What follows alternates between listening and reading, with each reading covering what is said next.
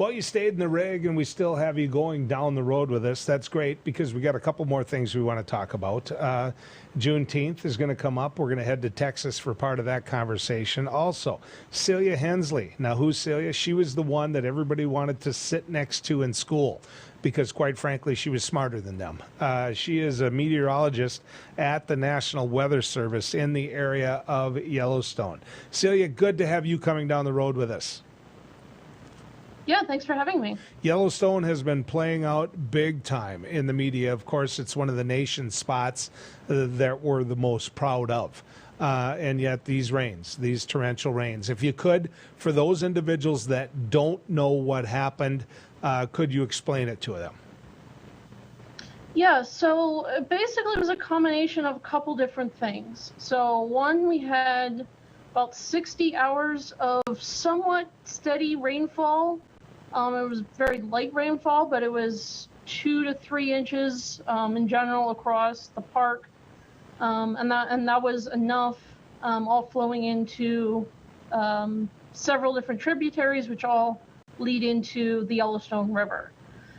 So it was that rainfall in combination with, we already had some high river flows due to some very warm temperatures over the previous few days leading up to Sunday.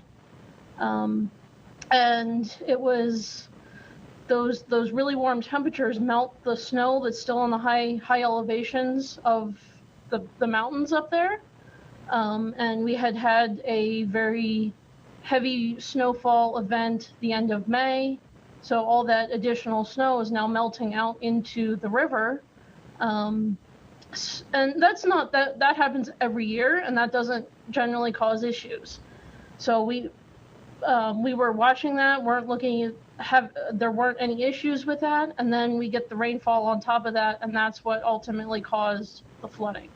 Okay, so and you explained that very well, but 2 to 3 inches kind of jumped out at me, over a 60-hour period. Is this the first time for that at the same time as you've got such a big snow melt? I mean, 2 to 3 inches doesn't sound like a lot to me. It really isn't a lot. And for a place like Yellowstone, they tend to get a lot of moisture, but their moisture tends to be snow, which melts gradually over a much longer period of time, weeks or months. This was 2 to 3 inches over 60 hours, so just over a little over 2 days, 2.5 days. And what was the case was we had some rain in the early part of the month, late May, that the ground was already saturated. So that extra 2 to 3 inches of rain had nowhere to go, and it was all flowing down into the same channels. So you get 2 to 3 inches over a very large area. Yellowstone Park is quite large. So you get a large area flowing down into one singular river channel, and that can cause issues. And this is a very historical event. We have no records of this happening since the 90s, at least. But those roads in Yellowstone that were wiped out by the floods had been there for decades upon decades. So this is extremely historical. Many of the river flows hit all-time records that we've never seen before. No one's ever seen before in those rivers. Well, and I don't mean to bother you with all the infrastructure questions. That's a topic for the engineers. But if you look at it from a standpoint of sheer meteorology and what's happening in terms of the threat to a place like Yellowstone, I think you have to ask the question, why? Why something historic like this? Why roads that had been built and used for years that we saw earlier on the screen right here? Why did we get to this? Or is it just hey, this is the way Mother Nature works? A lot of it's just, this is the way Mother Nature works. It just was the right combination of things at the right time for this to happen. Like I said, generally it doesn't happen that way. You get your snowmelt. Snowmelt was a little bit later this year. We had a fairly cool spring, so snowmelt was a little bit later this year than it normally is. And normally the park doesn't get that amount of rainfall. It's normally falls snow, which melts gradually. This was a lot of liquid moisture all at once. So you had several inches of snow liquid equivalent melting out of the mountains, several inches of rain on top of that. So you're looking at a total input into the rivers of 5 to 6 inches potentially, which 5 to 6 inches of liquid is a lot more impactful than just 2 to 3 of pure snowmelt or just 2 to 3 of pure rainfall. It was the combination of the two. As we just saw, there's a lot of infrastructure gone in regards to where the general public is coming to Yellowstone and being able to utilize one of our greatest national parks. Where are we at with that? I mean, is this a hey, stay away, we just can't handle it, or what are you hearing from the park system itself?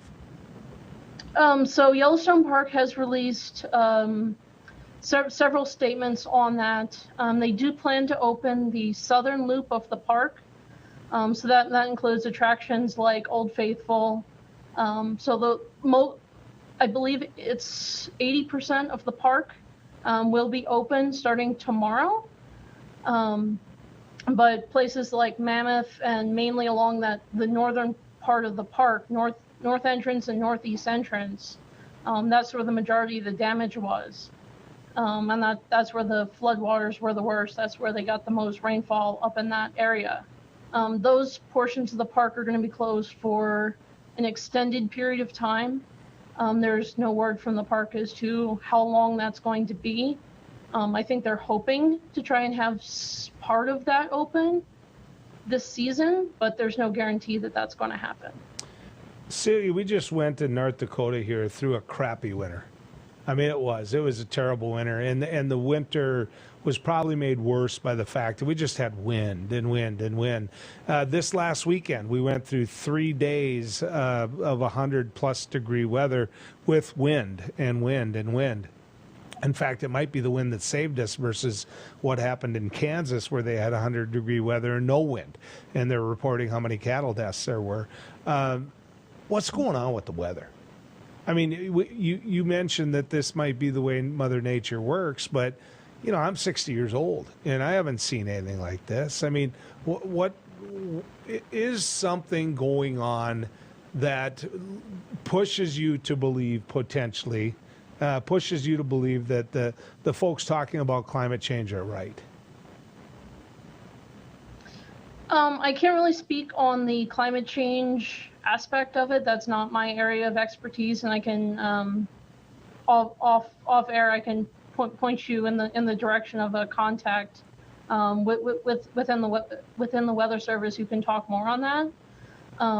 But I cannot do that. I don't have that type of expertise. Okay, that's fair. Our running joke here is just, it's been the year of the wind. It's just, that's how this year's been. Yeah, I put you in a bad spot there, and I apologize for that. I realize that there's certain things you can and can't do in this interview. When you look at the park system itself, do you see anything in the extended forecast that could cause more trouble with Yellowstone River, or where's the river at as we speak? So waters receded pretty quickly Monday morning after the flooding. So that Monday last week after the flooding. So after all that water, all that rain kind of went through the river system, waters receded pretty quickly.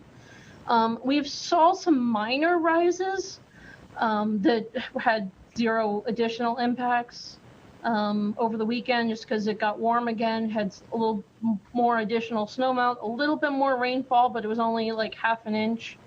And some places got almost nothing.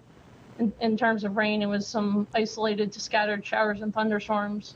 So we saw some minor rises in the rivers over the weekend, but we're back into a cool, dry pattern. So we're not looking at any additional impacts moving forward through at least the rest of this week. Okay.